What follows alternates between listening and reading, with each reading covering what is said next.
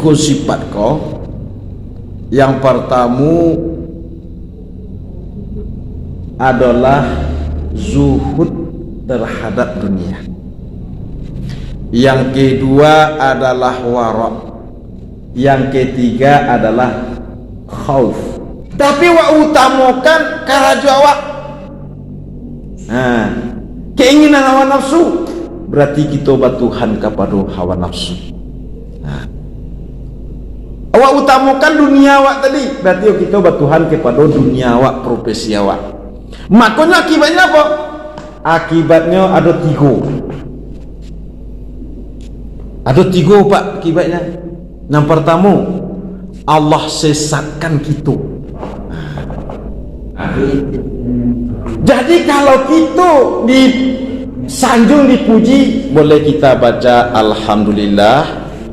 Dan sesudah itu mulia kita Alhamdulillah berkat ambil batarul haq wa ghamdun nas, menolak kebenaran. Orang hendak namuh menerima kebenaran yang nyusun yang sombong pak. Nah sombong tuh.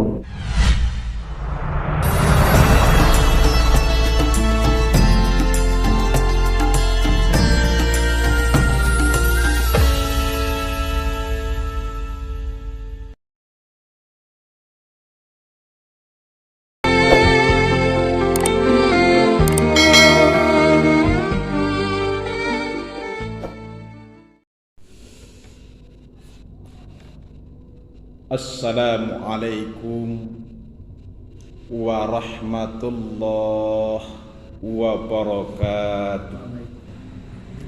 Alhamdulillahillazi nahmaduhu wa nasta'inuhu wa nastaghfiruh wa na'udzu billahi min syururi anfusina wa min sayyiati a'malina. Man yahdillahu fala mudilla lahu wa man yudlil fala hadiya lahu. Asyhadu an la ilaha illallah wahdahu la syarika lah wa asyhadu anna Muhammadan abduhu wa rasuluh la nabiyya ba'dah.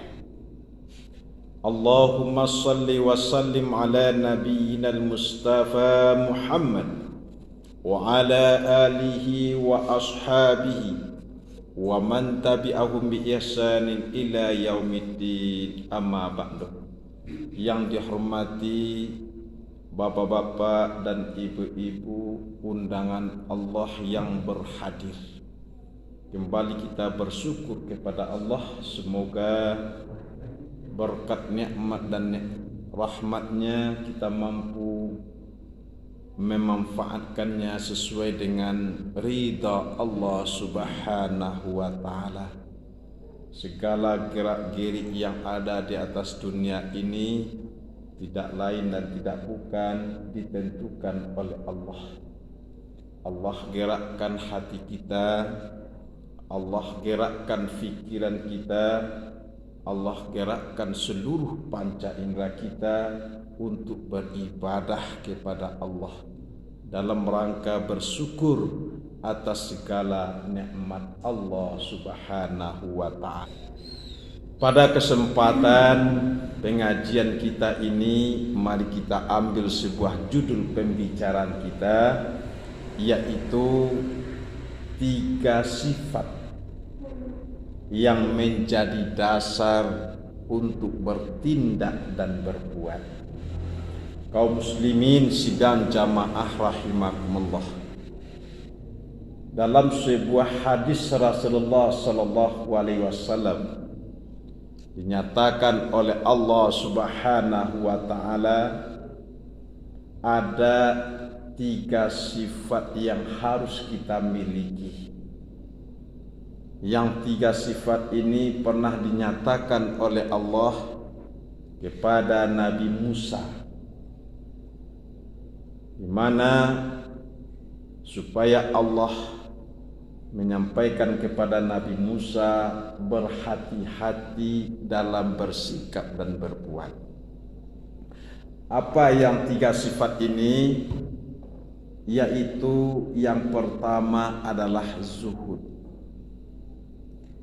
Zuhud yang maknanya adalah berhati-hati dengan dunia dan tidak memperturutkan dengan dunia. Kemudian yang kedua adalah wara'. Wara' artinya adalah bersih, terbebas kita dari segala dosa. Apa tadi, Bu? Wara' adalah bersih diri kita dari segala dosa. Yang ketiga adalah khauf. Nah, apa itu khauf? Yaitu takut. Apa yang maksud dengan takut? Takut atas segala melaksanakan larangan Allah. Kemudian takut atas segala azaban-azaban Allah yang telah dijanjikan kepada kita. Kaum muslimin rahimakumullah, kita bahas satu persatu dari sifat. Kalau kita miliki dari 3 sifat kau, yang pertama adalah zuhud terhadap dunia. Yang kedua adalah wara'. Yang ketiga adalah khauf. Kalau ada di awak nanti koko, insya Allah kita pasti takwa. Makna takwa? Takwa menurut etimologi, menurut bahasa, yaitu hati-hati. Hati-hati dan waspada. Kemudian menurut istilah, kalau bahasa orang kininya menurut terminologi. Apa itu takwa? Yaitu imtithalul awamir wa ijtinabun nawahi sirra wa alaniyah. Melaksanakan perintah Allah dan menjauhi segala larangan Allah, baik secara sembunyi-sembunyi maupun secara terang-terangan. Kaum muslimin rahimakumullah, makanan pertama supaya kita bisa bertakwa kepada Allah Subhanahu wa taala, perlu kita memiliki sifat zuhud. Zuhud terhadap dunia. Zuhud terhadap dunia ini bukan maknanya kita meninggalkan dunia, tapi kita adalah mengendalikan dunia, bukan kita dikendalikan oleh dunia. Apa maknanya? Nan dunia itu apa? Nan dunia itu bukanlah bumi, tetapi yang dunia itu sesuatu yang menjadi profesi kita. Nah, apa itu Pak? Profesi awak, karajo awak, anan kita cintoi, anan kita inginkan. Nah, itu nan dunia tuh. Sehingga ada di dunia dalam berita. Di waktu TVRI masih TV hitam putih, kan ada dunia dalam berita. Iya Pak, iya Bu ya. Dunia dalam berita. Nah, ada akhirat dalam berita, dunia dalam berita. Maknanya tuh karajo manusia yang diberitakan. karajo-karajo manusia, profesi-profesi manusia yang dijalehan dan diberitakan dalam TV tadi. Karajo manusia, kalau manusia sukses dalam olahraga, juaranya, ya Pak, juaranya di dalam olahraga, maka dunianya dunia olahraga, ya Bu, dunia olahraga. Kalau terjadi perdagangan di pasar, nah jual beli, kayak itu kok, jual beli sayur-sayuran, jual beli tanah, jual beli rumah, kan banyak jual beli itu. Maka dunia namanya dunia perdagangan. Apa? Dunia perdagangan. Jadi kalau suku awak berdagang di pasar, di masa saja kita berdagang bisnis, berarti kau tak masuk dunia perdagangan. Kalau ambo aja di sekolah di MTSN, dulu di pesantren Tawalib, ini ndak deh. Dunia namanya dunia pendidikan. Nah, kalau kita ke sawah petani, dunia namanya dunia pertanian. Kalau Pak Dokter bidan di rumah sakit, dunia kesehatan. Itu nanti cerita dalam berita, dunia dalam berita ada. Itu nanti cerita ada. Nah, ada manusia lah sampai di dalam kubur ada cerita. Nah, ada. Ba bentuk kubur tu, ba peristiwa dalam kubur ada. Kenapa? Itu ndak alam dunia, itu alam akhirat. Nah, maka dengan sifat zuhud tadi, ya, dunia pun yang kita kendalikan. Nah, kalau ibu awak kok bisnis kan, dunia perdagangan tuh, dunia perdagangan itu yang kendalikan. Kalau orang di pasar Manggale jual bali, di saat rami pengunjung, rami orang nan membeli, ketika itu azan berkumandang. Nah, azan berkumandang. Hayya 'alas shalah. Tanda apa tu, Pak? Tanda Allah memanggil kita, marilah kita salat. Ketika azan berkumandang, orang rami. Ketika ndak azan berkumandang, orang nak do. Aku diuji mana awak? Diuji mana awak? Anama kau duluan. Kalau kita dahulukan jual bali berdagang, berarti kita adalah terlena dengan dunia awak. Ali paham ibu tak? Berarti kita dikendalikan oleh dunia. Seorang pendidik ketika sedang mengajar, hayya 'alas shalah, taruhnya beraja, berarti dia dikendalikan oleh dunianya. Dunia apa? Dunia pendidikan. Seorang anak muda, sedang main bola, sedang main bulu tangkis, gitu kan?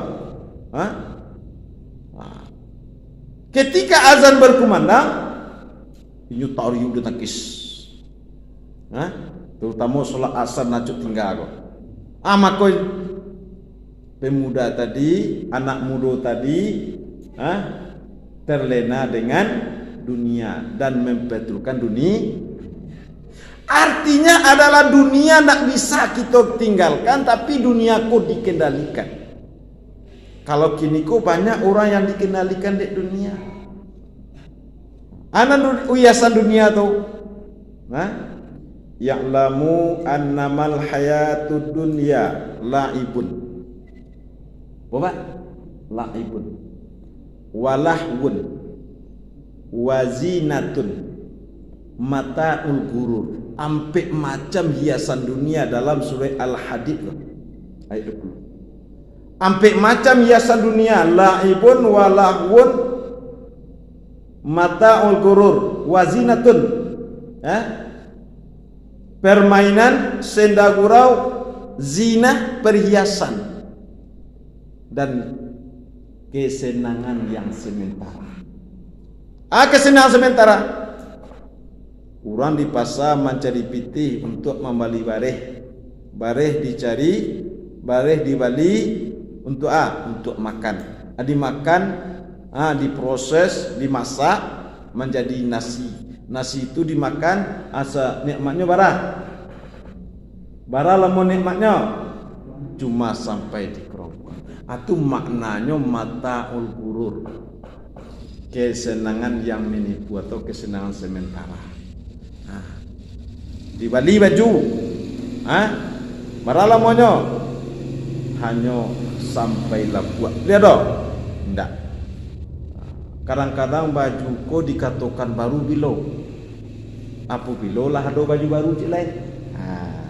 Berarti baju awak punya kini ko. Awak membeli baju di hari raya petang. Rupanya kini kita beli lo baju. Kira nama baju baru pak. Kini anak petang ko ala usang lah. Lagak malih memakainya. Kenapa? Dikatakan baju usang. Nah, itulah kesenangan dunia.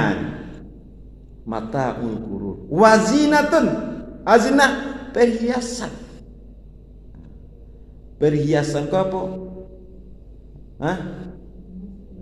Anak perhiasan. Dicari indah, mato condong karena rancak, selero condong karena lemak. Itu. Dicari pitih, manggalih awak berapa pitih, lalu apa? Dibuat ke rumah. Kini orang berlomba-lomba ambil rumah gagah-gagah supaya rancak dipandang mata.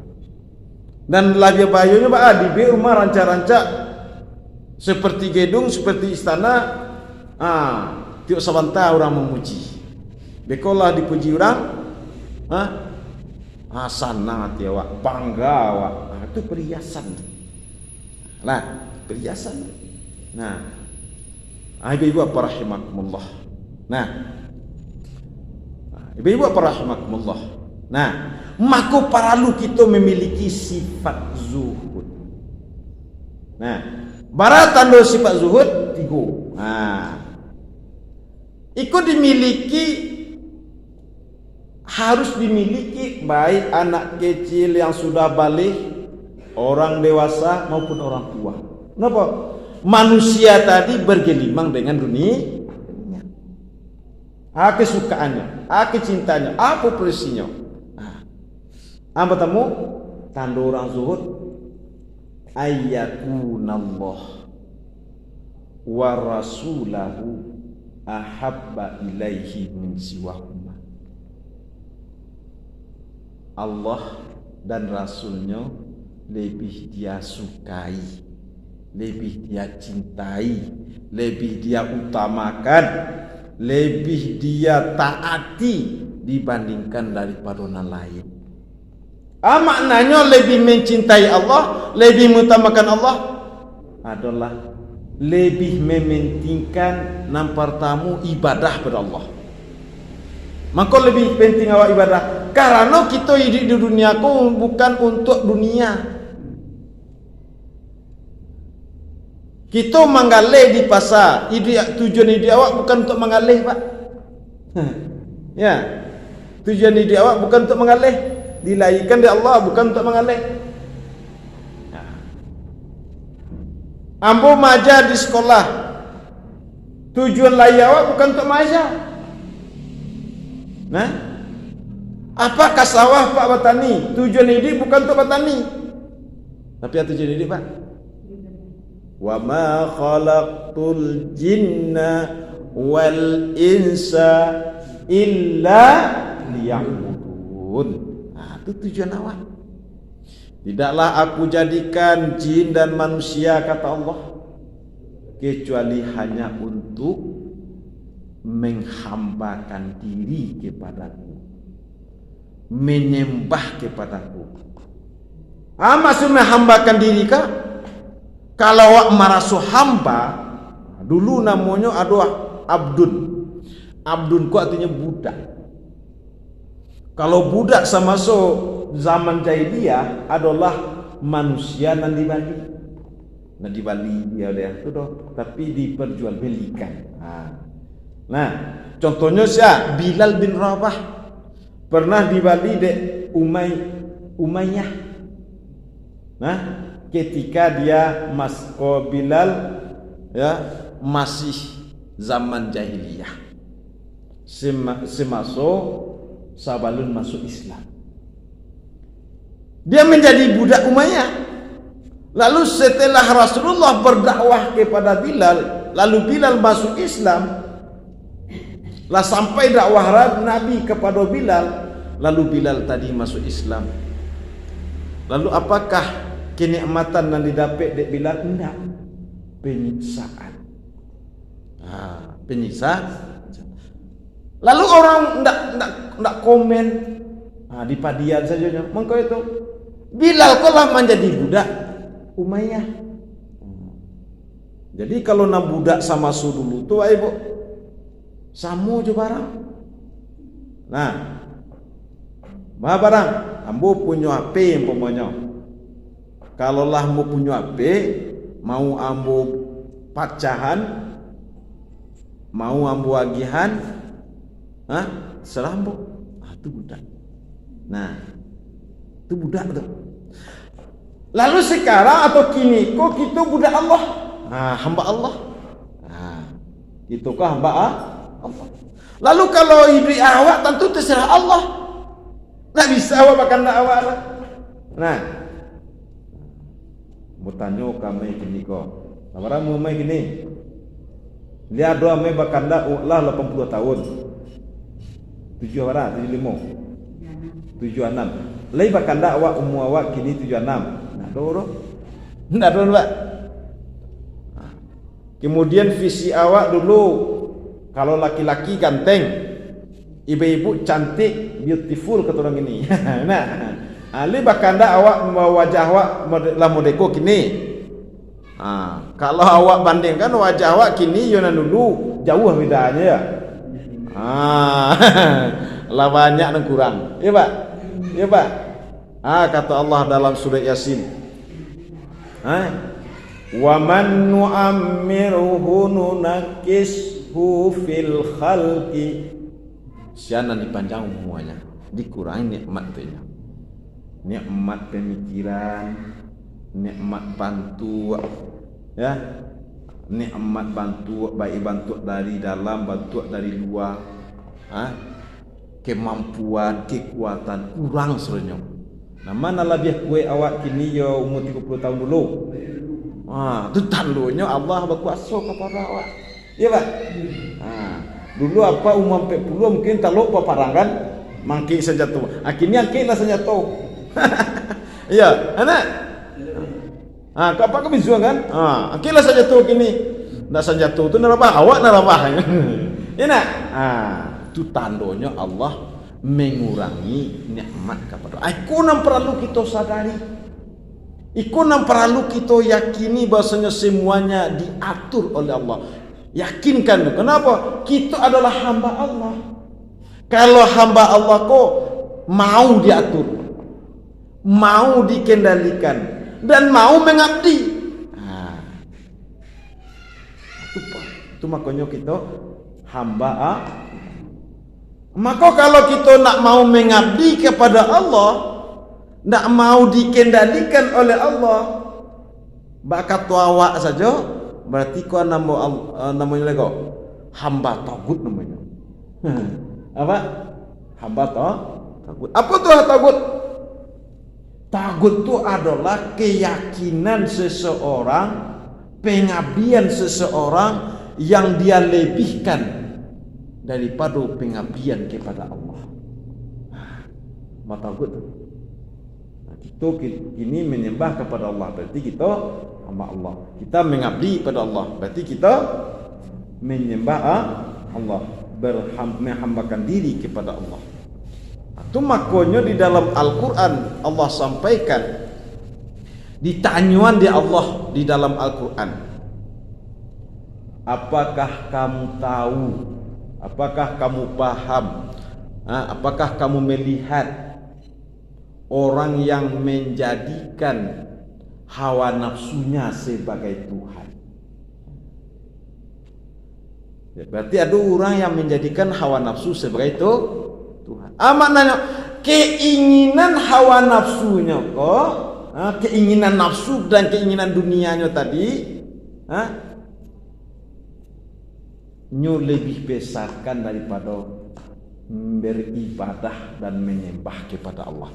Berarti orang tadi sudah menjadikan hawa nafsunya sebagai Tuhan. Sebenarnya Tuhan itu apa artinya? Sesuatu yang diagungkan, sesuatu yang dibesarkan, sesuatu yang diutamakan.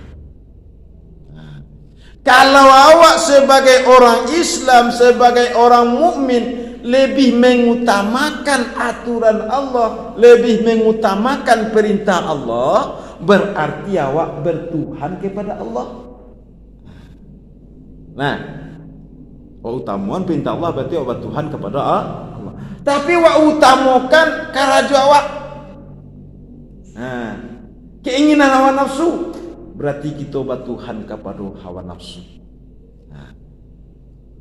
Awak utamakan dunia awak tadi, berarti kita bertuhan kepada dunia awak, profesi awak. Makanya akibatnya apa? Akibatnya ada tiga. Ada tiga pak akibatnya. Yang pertama, Allah sesatkan kita. Allah sesatkan kita. Sehingganya merasa penting dunia daripada ibadah kepada Allah. Yang kedua boleh Allah kunci penglihatan awak, Allah tutup penglihatan awak, Allah kunci pendengaran awak, Allah kunci hati awak.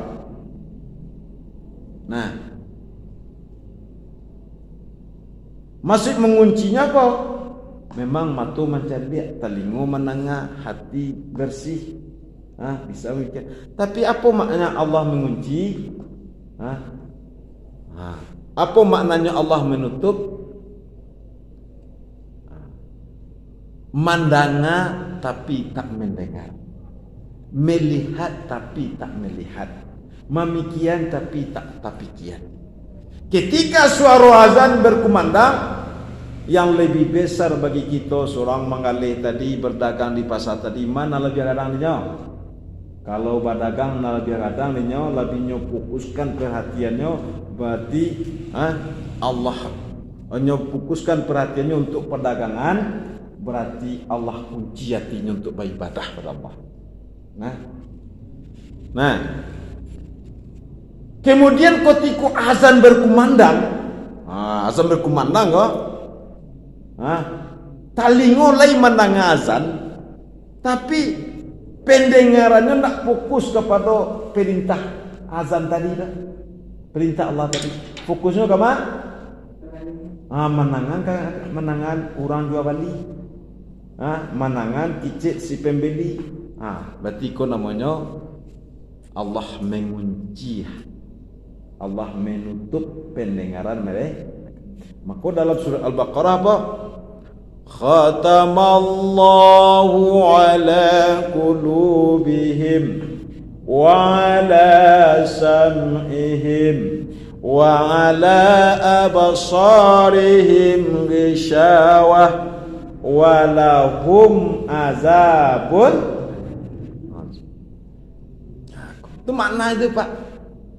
Jadi orang nanti kunci hatinya bukan hatinya ndak berpikir.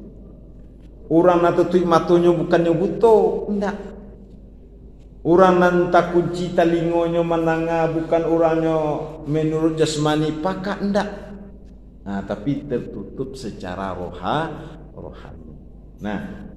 Anak pertama tadi Bu, orang yang zuhud itu adalah lebih mengutamakan perintah Allah dan perintah Rasul. Karena zuhud ku harus kita miliki. Kalau tidak sasik wa itu. Jadi budak hawa nafsu, budak dunia.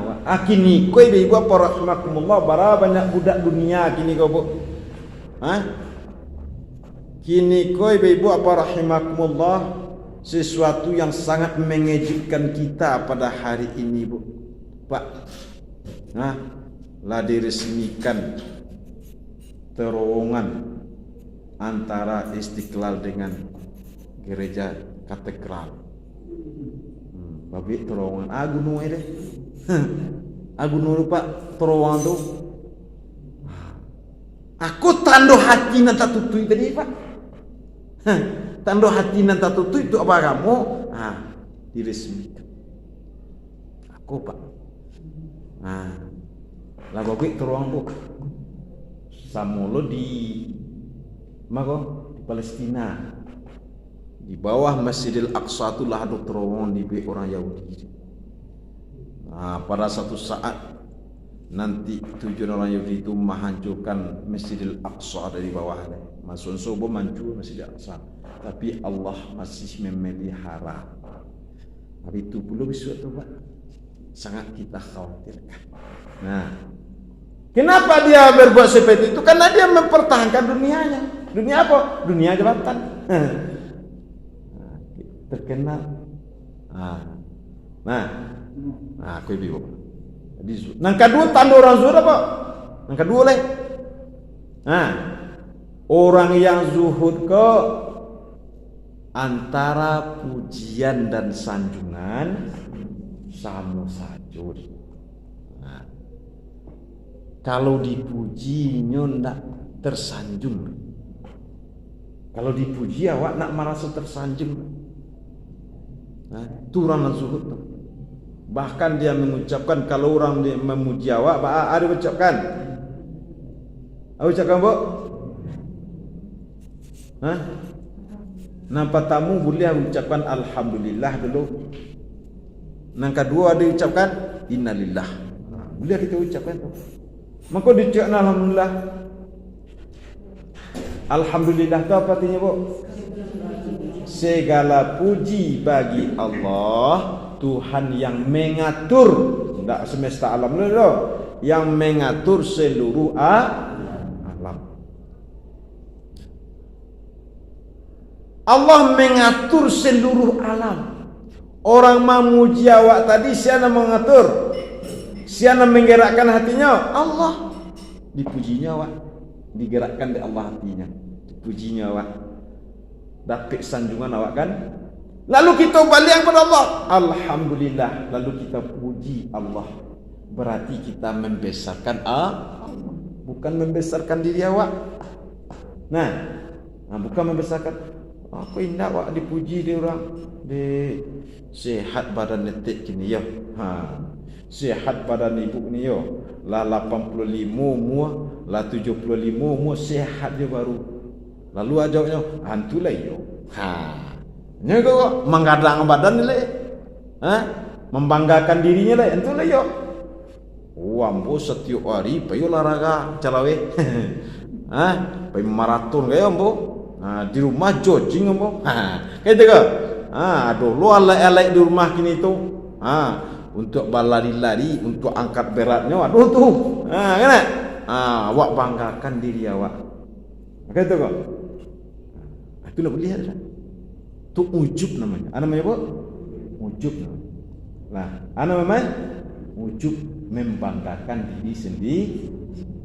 Jadi kalau kita nak mengucapkan alhamdulillah berko ujub awak. Tapi innalillah wa inna ilaihi raji'un. Kalau astagfirullah kita masalah. Umpamanya awak solat asar, rupanya lampi solat maghrib, nak takana solat asar. Astagfirullahalazim, lupa mau solat. Itu nak ada. Kenapa? Kita merasa bersalah, terlalaikan waktu solat. Pemahaman tu perlu pahami artinya. Astagfirullahalazim. Tahu apa tu? Artinya tu, aku minta ampun kepada Allah. Wah, nak salah kamu enggak minta ampun. Ya Pak. Jadi kalau kita sanjung dipuji, boleh kita baca alhamdulillah. Dan sesudah tu boleh kita alhamdulillah berkat ambo lai rajin menjaga kesehatan. Itu boleh tu. Tapi dahulukan Allah. Nah, dahulukan Allah. Dan awak dulu. Berkat ambo rajin olahraga kemah. Ambo di rumah jogging ya ambo, lari-lari ya ambo. Itu angkit berat ya ambo. Jadi tapi dahulukan Allah. Aku nilai keimanan ke bu. Nah kedua apa? Kalau dicerca ndak merasa bersedih, ndak baik buat hati dah. Kenapa? Dibaca jo innalillah tadi. Mungkin innalillah. Kenapa? Orang nak mencerca tadi, saya menggerakkan hatinya. Saya menggerakkan hatinya, digerakkan oleh Allah. Lalu hati memerintahkan kepada mulut untuk mencerca awak. Berarti Allah ngatur. Maka kita baca innalillah. Kerana Allah semuanya Allah. Wa inna ilaihi raji'un. Lalu kalau kita dicerca de orang, balian kepada Allah. Itu makna itu. Dan kembali kepada Allah. Tapi kalau awak dicerca de orang jalih kesalahan awak, itu sadari salah. Jalih orang pemalian dikicau orang dia, awak memaliang. Kebiasaan awak pemaliang, dikicaunya awak orang pemaliang. Itu biasa, itu. Rubah kira-kira juga tu, Pak. Tapi nak awak orang jujur, orang taat, orang patuh, dikicaunya orang jahit. Kau innalillah sebab tu. Ya Pak.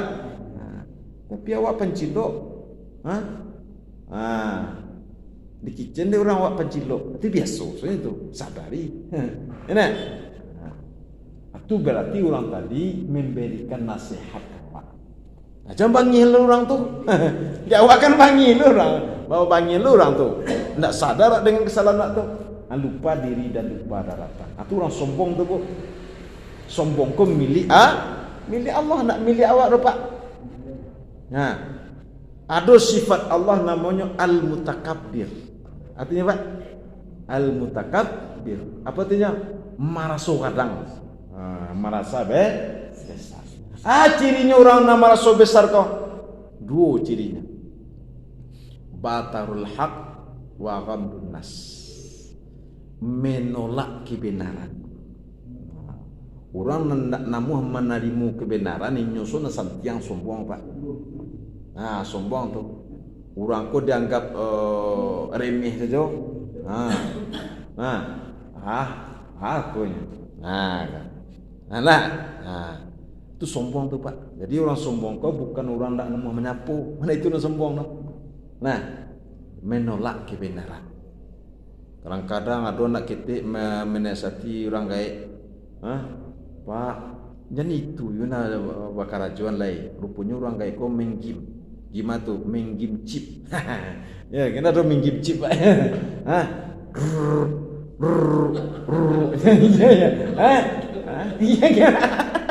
Ya, aku permainan Cino kok.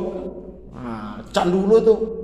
Kemudian sudah main chip tu dapat 1M. Takkan juga ambo.